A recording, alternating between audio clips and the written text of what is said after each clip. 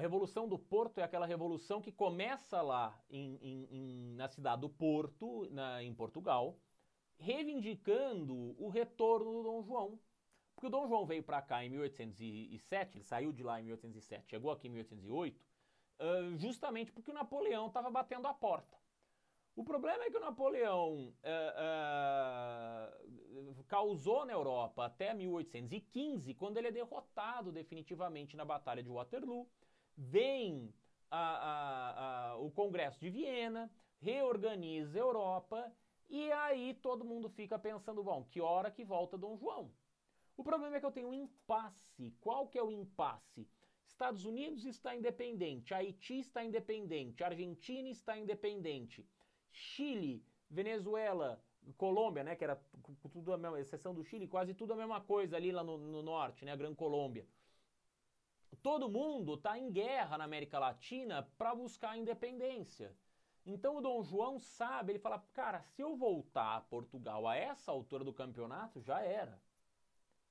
Então ele enrola o máximo que ele pode, ele enrola o máximo que ele pode, até que vem essa revolução e fala, tudo bem, Dom João, entendemos. Agora me diz uma coisa, você é rei do Brasil ou rei de Portugal? O que você não quer perder o Brasil, a gente já entendeu.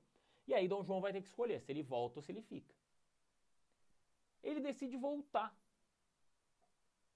Ele precisa resolver uma crise econômica que tem em Portugal. Por que crise econômica em Portugal? Porque o Brasil ficou independente praticamente, né? Do ponto de vista econômico, o Brasil está independente.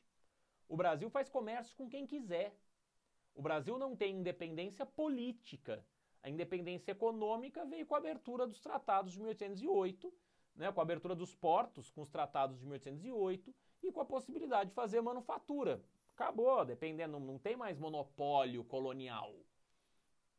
Então o pessoal em Portugal que estava habituado a viver com o monopólio comercial português, com o monopólio sobre o Brasil, esses caras vão perder completamente possibilidade, né? Vão ficar sem chão. Então Portugal vive uma crise também porque os ingleses que estão administrando Portugal, mais ou menos, estão um caos lá, está muito instável. Com isso, a burguesia portuguesa fala, ó, Dom João, volta, cara, não vai dar. Não só volta Dom João, como vai dizer o seguinte, nós queremos uma Constituição. Por que nós queremos uma Constituição? Liberalismo político. Liberalismo político versa sobre representatividade, versa sobre divisão dos poderes, versa sobre participação popular, versa sobre direitos e deveres. Isso que é liberalismo político. Isso que é liberalismo político. Que os Estados Unidos vão fazer a República Americana, que a França vai fazer a Revolução Francesa, que teve uma revolução na Espanha já em 1808, né, que as cortes espanholas vão exigir também essa questão. Então, não dá mais para segurar. Só que, paradoxalmente, enquanto em Portugal os portugueses querem uma modernização da legislação portuguesa, quando eles falam do Brasil, eles querem o retorno da colonização do Brasil, o que é o oposto do liberalismo. Porque o liberalismo, está aí, né, tá na pauta contemporânea, o liberalismo significa liberdade comercial, menor intervenção do Estado. E recolonização, mercantilismo, é o oposto disso, é o total controle por parte do Estado sobre a economia. Então tem esse paradoxo aqui. Tá? E aí, então, quando Dom João fica sabendo disso, ele fala, bom, então tá bom, vai, então eu volto. Só que Dom João volta, só que Dom João não é besta. Né? Tem aquela questão que a gente discutiu semana passada, Dom João não é nem um pouco burro. Então Dom João ele diz, bicho, eu volto, mas eu vou fazer o seguinte, eu vou deixar Dom Pedro no Brasil. E Dom Pedro fica no Brasil. Eu tenho um representante da família real portuguesa aqui no Brasil. E é esse Dom Pedro para quem Dom João vai dizer, faça você a independência antes que um aventureiro a faça, né? É esse Dom Pedro que vai ser o condutor do Brasil ao processo de independência, não é à toa. Quem é o aventureiro? O aventureiro são dois, especialmente. O José de San Martín, que é o cara que vai levar a independência aqui do Cone Sul, da Argentina, e o Simão Bolívar, que vai atuar lá no norte. E aí o Dom Pedro I assume o governo brasileiro na categoria de príncipe regente, ou seja, ele governa como príncipe regente, e vai conduzir o processo de independência do Brasil.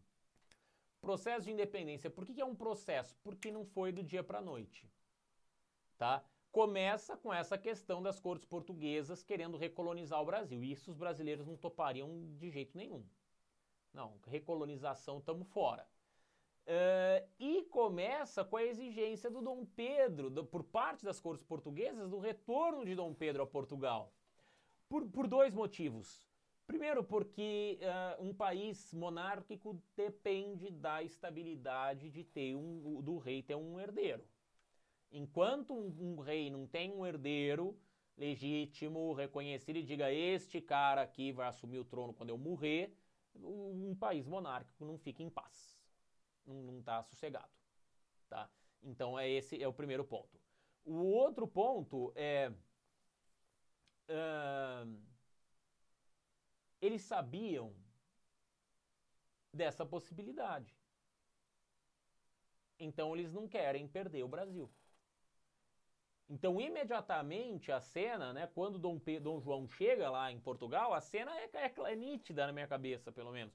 Eles chegam, porra, tá, mas aí cadê o Pedrinho? Eu imagino isso. Cadê o Pedrinho? Porra, tô com saudade do moleque, saiu daqui, era pequenininho e tal, cadê ele e tal, não sei o quê. E o Dom João tendo que cozinhar a corte portuguesa, dizendo, não, veja, porque não sei o quê, perdeu o voo, aquelas histórias e tal. Né? E até que vai chegar um ultimato aqui no Brasil, vai falar, nego, você vem ou você vai ficar aí?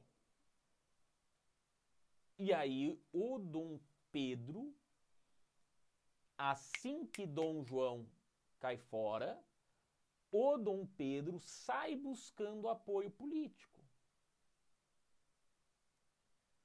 Buscando apoio político para quê? Para levar o Brasil à independência. Então ele chega na elite brasileira e vai dizer, então, elite, vocês viram o que aconteceu aí na Argentina? Vocês viram o que aconteceu no Peru, na Bolívia, na Venezuela? Vocês estão acompanhando? Os caras, porra, tamo. Você viu no Haiti o que aconteceu? Vi. Então, o que aconteceu nesses países? Em todos esses países foi proclamada a independência e junto com ela a abolição da escravatura. Então essa discussão, a abolição da escravatura, arrepia a elite brasileira. A discussão reforma agrária arrepia a elite brasileira.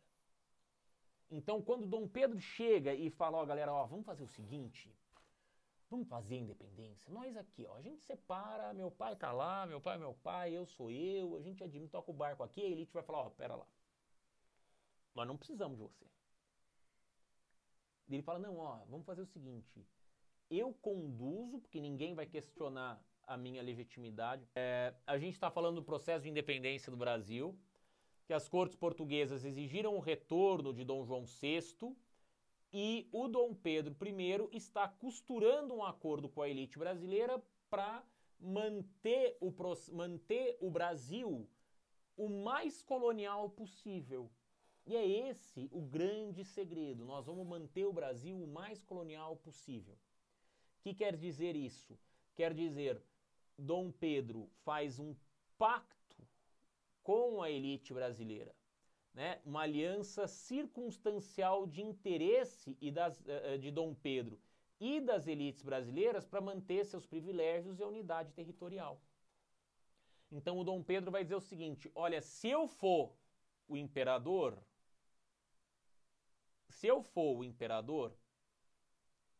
vai acontecer o seguinte, ninguém vai questionar minha autoridade, então nós não vamos ter risco de guerra civil e nós não vamos ter risco de fragmentação territorial.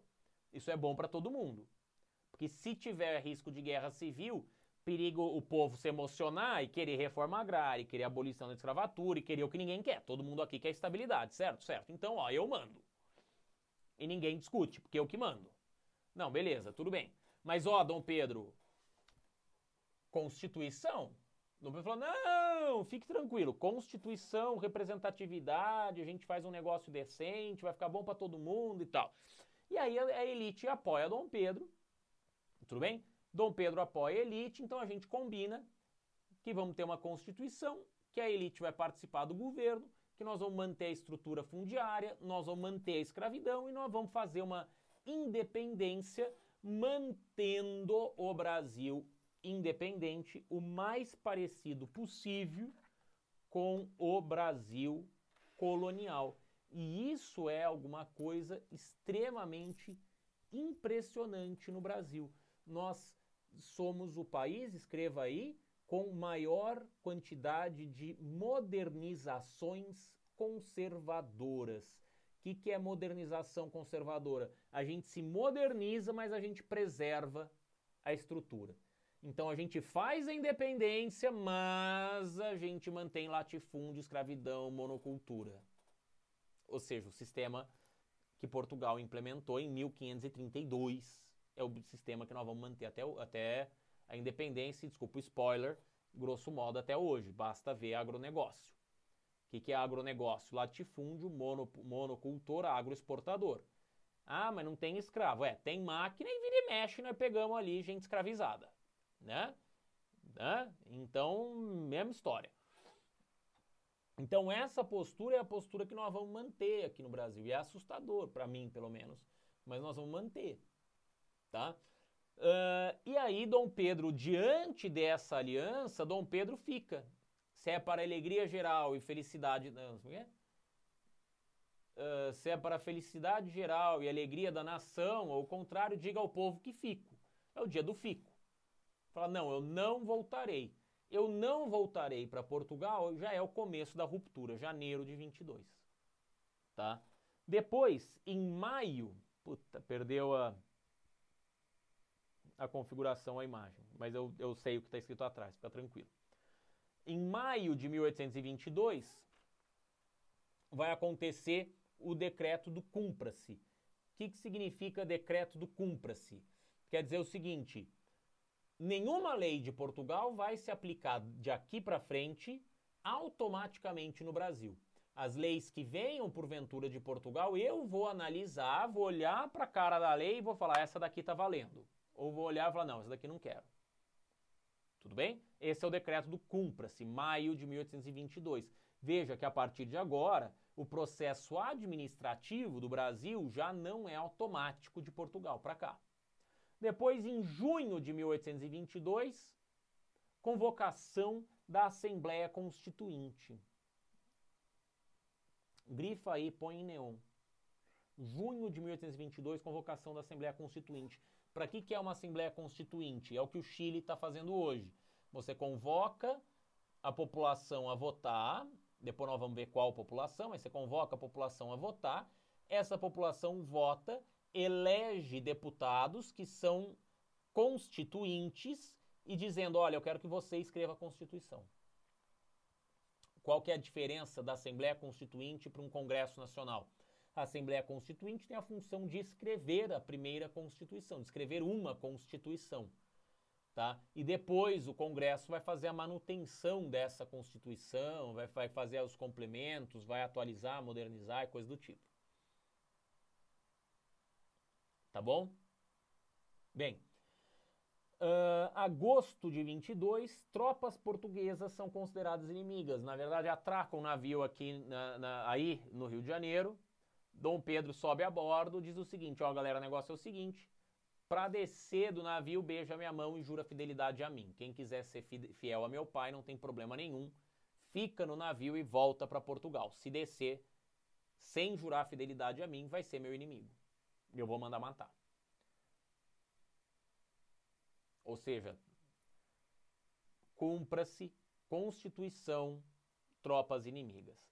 7 de setembro de 1822, vem o ultimato. E aí é uma coisa interessante, porque a mulher do Dom Pedro, que eu me esqueci, acho que é a Imperatriz Teresa Cristina, esposa de Dom Pedro, Maria Leopoldina. A Maria Leopoldina, ela vai escrever pro Dom Pedro, dizendo, ó, Dom Pedro, a gente precisa ficar independente porque chegou esse ultimato aqui de Portugal. Então a declaração de independência do Brasil, na verdade, assim, entre todas as aspas do mundo, é da Imperatriz Leopoldina. É da mulher do Dom Pedro, que estava lá no Rio. Né? Então é ela que fala, não, agora a gente vai ficar independente. Ele casou com a Leopoldina e a Amélia. A Teresa Cristina é a outra, de Teresópolis.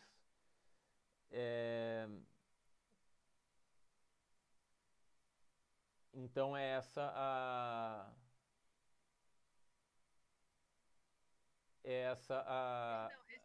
a historinha. Esse ultimato é o seguinte: Dom Pedro, volte ou nós vamos te buscar. Volte ou nós vamos te buscar. Por bem ou por mal. E ele diz, não, eu não vou voltar. Independência ou morte. Quer dizer, se vocês vierem me pegar, eu vou me defender até morrer. Agora, o convite que eu faço a vocês é para refletir o seguinte: o que mais trouxe mudanças ao Brasil? Junho ou setembro? Convocar a Assembleia Constituinte ou dizer que não volta nem a pau? Assembleia, né? É a Assembleia. Porque a Assembleia diz o seguinte: nós vamos ter a nossa lei. Acabou, velho. Vamos fazer a nossa Constituição. Agora, no próximo slide, eu tenho uma outra data. Dezembro de 1822. Em dezembro de 1822, Dom Pedro é coroado Dom Pedro I, imperador do Brasil. Imperador, na verdade, ele deveria ter conquistado territórios para poder se chamar imperador, tá? Mas ele se nomeia, se declara imperador por um probleminha de ego que ele tem, tá? Um ego inflado.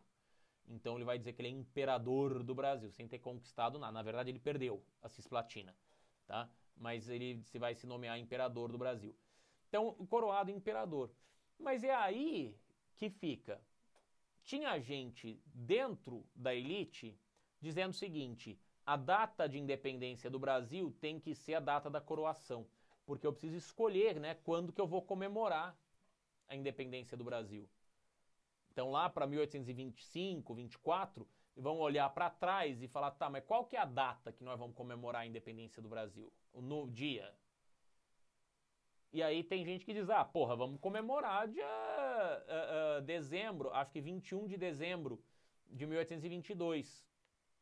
Outros vão dizer, não, vamos comemorar no dia que a gente convocou a Assembleia, porque o dia que a gente convocou a Assembleia é o dia que efetivamente dissemos, vamos ter as nossas leis, somos independentes. Só que por trás desse jogo tem um outro jogo. Qual que é o jogo? É o jogo do absolutismo contra o liberalismo. No absolutismo, eu tenho a centralização do poder na figura do imperador, na figura do rei. No liberalismo, eu tenho um poder muito mais dissolvido nas mãos das pessoas. Lembra? Liberalismo político, sinônimo de representatividade, contrato social, direitos e deveres. Então, por trás da escolha da data da celebração da independência do Brasil, eu tenho esse jogo de poder. Por que um jogo de poder? Porque é um jogo do poder simbólico. Eu tenho um símbolo que eu vou valorizar, o imperador sendo coroado ou os homens trabalhando para compor a Constituição. Entendeu? Então essa é a questão que nós vamos trazer, tá? E por isso que nós vamos pegar o 7 de setembro. Por quê? Porque o 7 de setembro quer dizer o quê? Nada. Nada. O 7 de setembro é uma data esvaziada de sentido. Eu faço um grito aqui em Independência ou Morte, nas margens do Riacho Ipiranga, aqui na cidade de São Paulo, que na época não era nada, não era relevante, era do pedal de passagem. E aí nós vamos construir esse símbolo, Vamos precisar construir esse símbolo. Tanto que nós temos aqui essa obra, que é uma obra que vai ser pintada pelo Pedro Américo em 1880 e paulada, quando o Império está em crise e o exército está brigando com o imperador Dom Pedro II, filho do Dom Pedro I, e aí o Dom Pedro II fala, Pedrão, pinta aí um quadro ressaltando o papel do exército na independência. Aí o Pedro Américo vai lá, pega um quadro do Napoleão, dá uma adaptada, né? O Napoleão, que era o grande general, dá uma adaptada naquele quadro do Napoleão e pinta aqui os caras em volta do Dom Pedro. Mas isso daqui é óbvio que não existiu, isso daqui é óbvio que não aconteceu. Tá? Temos outros quadros, né, do Dom Pedro muito mais popular. Esse daqui, pintado na década de 40, né, que tem o Dom Pedro sobre um cavalo com pessoas em volta, pessoas, óbvio, né, mas com pessoas comuns em volta, cidadãos brasileiros, né, em volta e tal, um Dom Pedro muito mais popular, tá? Do que esse Dom Pedro aqui, com esse gesto altivo, tá bom? Então, é uma escolha política, é uma escolha que representa um jogo de poder, e é uma escolha que representa, na verdade, essa disputa que eu tenho entre um projeto, escreva isso, centralizador do poder e um projeto descentralizador do poder. E a grande marca do primeiro reinado é justamente essa. Nós vamos centralizar o poder ou nós vamos descentralizar o poder? Ou seja, Dom Pedro vai mandar em tudo ou nós vamos ter uma Assembleia Constituinte que vai mandar nas coisas? Tá? Então, é essa a questão. Do ponto de vista econômico, vamos permanecer dependente em relação à Inglaterra, quer dizer, nós vamos pedir dinheiro emprestado, tal, a coisa toda, e vamos manter as estruturas sociais e econômicas. Plantation, escravismo, latifúndio, exportação, monocultura. Tá certo? Sem participação popular no processo de independência. Eu sei, tem muita gente que gosta de falar, né, da guerra da independência. Nas guerras da independência, a gente tem sim participação popular, evidente, tá? Mas isso são as guerras de independência. Uma vez a independência proclamada, aí eu tenho soldados populares lutando pela independência do país. Temos a figura de uma mulher, a Maria Quitéria, né? A Maria Quitéria, que foi uma mulher importantíssima, foi promovida, inclusive se disfarçou de homem para poder lutar, vai ser promovida a não sei que cargo, mas a figura da Maria Quitéria, por exemplo, temos quadros que retratam isso, mas aí já é a guerra da independência. Quando eu coloco aqui sem participação popular no processo, eu estou dizendo antes da independência eu não tenho uma pressão popular. Gente na rua pedindo a independência. Um exército brigando pela independência. Por quê? Porque esse processo ele é conduzido pela elite. Suavemente, é o Dom Pedro junto com a elite tomando decisões de romper com Portugal. Não é o povo na rua pressionando por mudanças. Tudo bem? Na guerra de independência, aí sim eu tenho a participação popular importante. Por quê? Porque Portugal não vai topar, né? Em outras regiões nós não vamos ter, né? Quando Dom Pedro proclama a independência, a galera lá do estado do Pará vai dizer, porra, parabéns, hein? Vai lá, ó, boa sorte para vocês, nós aqui vamos continuar, nós aqui, junto com Portugal. E aí Dom Pedro vai declarar guerra, vai precisar invadir o Pará, né? Quando Dom Pedro proclama a independência aqui em São Paulo, né? O pessoal lá na Cisplatina, que é a região que a gente chama hoje de Uruguai, a galera na Cisplatina vai falar, puta, sensacional, independência, também quero. É tão bom que você quer pra você. Porra, eu também quero pra mim. Né? Então vai virar esse perrengue, então vai ter que ter ali um conflitinho, né? uma alternativa. Então, esse processo todo conduzido pela elite é um processo que faz com que o Brasil mude para não mudar. Por que mudou para não mudar? O Brasil foi à independência para evitar o povo na rua.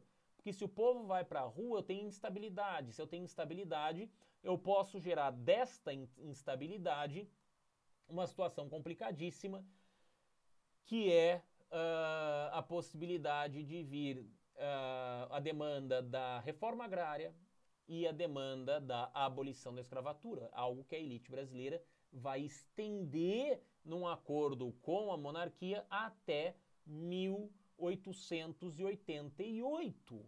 O Brasil é o último país do mundo a abolir a escravidão. Do mundo. Depois do Brasil, só Cuba. Mas Cuba não era país, Cuba era colônia.